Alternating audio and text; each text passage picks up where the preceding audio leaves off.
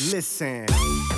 Hey everyone, this is Mark again, and today is one of our first continuation videos.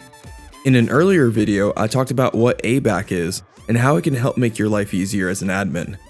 Since then, we had a little event called Cloudera Now where we showed live demos of the Cloudera data platform.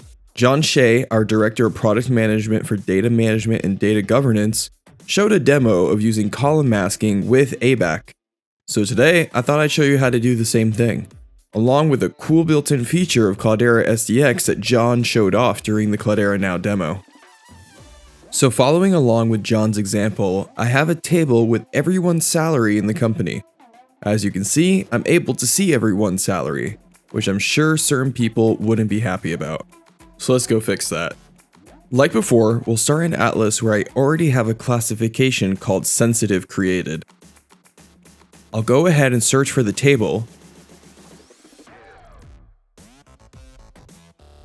go to schema, and you can see I've already added the sensitive classification to the salary column. Alright, this is where we switch it up from last time. Before, I created an access policy in Ranger that blocked access to any columns marked with the sensitive tag. This time, I'm going to use the masking tab. Once again, I've already pre-baked a policy. Let's dive deeper and see how I set this up. I've given the policy a name and specified that it applies to the sensitive classification that we set in Atlas.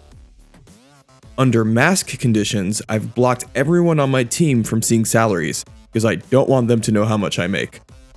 I also had to specify the service, which in this case is Hive, and the masking type, which I'm using nullified this time.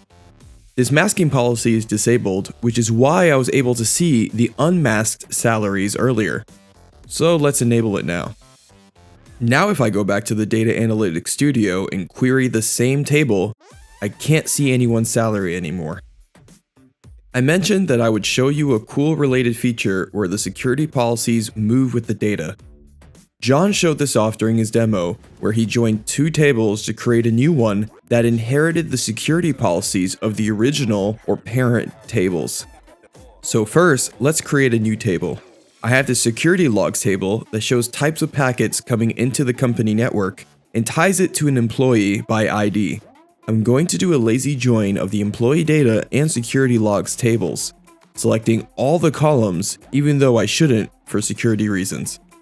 But that's okay, because thanks to Cloudera SDX, the sensitive classification is inherited into my new table.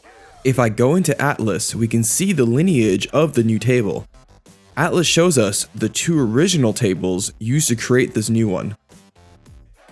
And when we go to schema, you'll notice that the salary column inherited the sensitive tag from its parent. If I query this new table, I still can't see anyone's salary, which is great. By inheriting these security policies down the line, it gives the admin less work and reduces the chance for errors to occur. Let us know in the comments if there are any topics that you would like us to cover, and subscribe to be notified of our upcoming videos. If you have any questions about CDP, check out our community site at community.cloudera.com. Until next time.